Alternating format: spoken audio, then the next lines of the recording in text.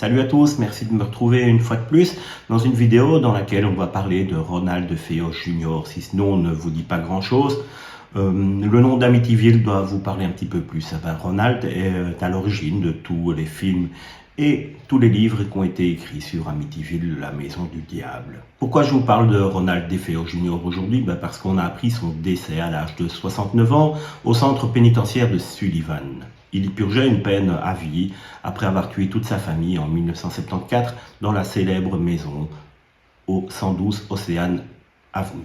L'histoire commence le 14 novembre 1974 quand Butch, qui est le surnom de Ronald, va débarquer dans un bar de la ville affolé en disant que toute sa famille a été tuée.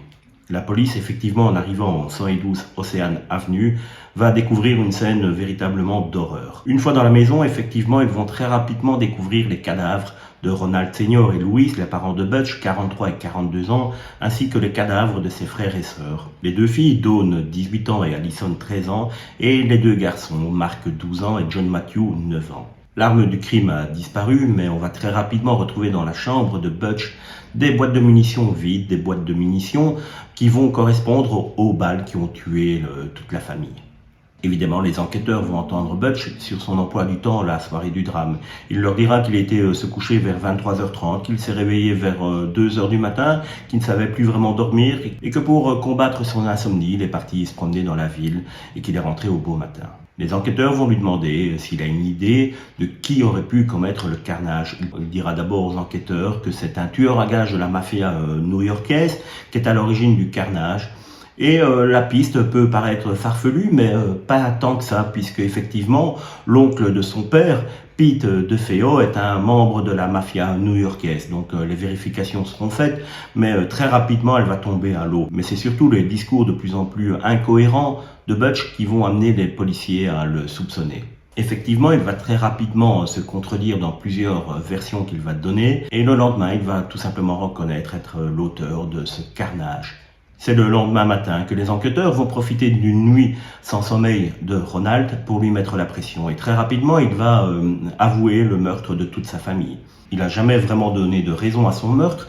Et effectivement, il dira simplement aux enquêteurs que quand il a commencé, il était trop tard, il ne savait pas faire marche arrière et que ça a été rapide. Et c'est cette rapidité du carnage et le fait qu'aucun enfant ni les parents n'ont essayé de s'échapper qui vont mettre la puce à l'oreille aux enquêteurs, ils vont se demander si Ronald n'avait pas un complice. C'est en l'interrogeant à ce sujet que Ronald va très rapidement accuser sa sœur Dawn d'avoir participé avec lui à la tuerie. Dans un premier temps, il dira que c'est Dawn qui a assassiné toute sa famille, que lui est arrivé trop tard, qu'il a réussi à désarmer sa sœur et qu'il l'a tuée. Ensuite, il changera de nouveau de version en disant qu'il a bien participé au meurtre avec sa sœur, qu'une dispute est intervenue juste après les meurtres et en voulant désarmer sa sœur, un coup est parti qu'il l'a tuée malencontreusement. C'est très rapidement après ces meurtres et ces aveux que Ronald va commencer à parler du diable. Il dira même que c'est le diable qui lui a donné l'arme le soir du meurtre en lui demandant de tuer toute sa famille. Jusqu'au procès, il changera énormément de versions. Une fois c'est le diable, une fois c'est Satan qui l'a possédé, qui l'a obligé à faire les meurtres. C'est le 21 novembre 1975 que Ronald est déclaré coupable des 6 meurtres. Le 4 décembre 1975, le juge Thomas Stark va le condamner à 6 peines consécutives d'emprisonnement, des peines allant de 25 ans à la perpétuité. 6 peines d'emprisonnement tout simplement parce que la folie plaidée par la défense n'a pas été retenue lors de ce procès. Comme je vous l'ai dit en début de vidéo, Ronald et ses meurtres sont à l'origine du mythe Amityville. Mais ce n'est pas vraiment cette histoire qui est mise en avant dans les films et dans les livres, c'est plutôt l'histoire des Lutz, la famille qui va venir vivre dans cette maison après le carnage. Un an après, effectivement, la maison est à vendre, la maison va être achetée par une famille qui va dire par la suite qu'il y a eu des phénomènes très bizarres dans cette maison, et c'est pour ça qu'on va tirer plusieurs livres, dont après seront tirés des films. Une fois emménagés, les Lutz vont très rapidement dire qu'il y a eu énormément de faits paranormaux dans cette maison.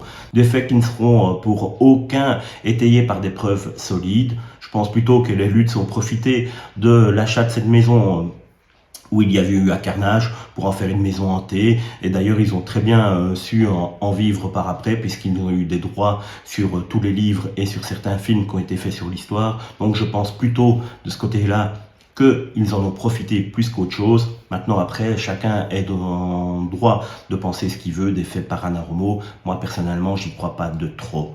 Voilà, ainsi s'achève l'histoire de Ronald DeFeo Jr. avec son décès. Malheureusement, il ne dira jamais les raisons qui l'ont poussé ce soir de novembre 1974 à tuer toute sa famille. Même si on se doute qu'il n'y a jamais de raison valable de toute façon de tuer toute sa famille, frères et sœurs compris. Voilà, j'espère que la vidéo vous a bien plu. Si c'est le cas, n'hésitez pas, un petit pouce bleu, un petit commentaire. Si ce n'est pas encore le cas, abonnez-vous en activant la petite cloche de notification. On se retrouve très rapidement pour une nouvelle vidéo. Salut, à plus!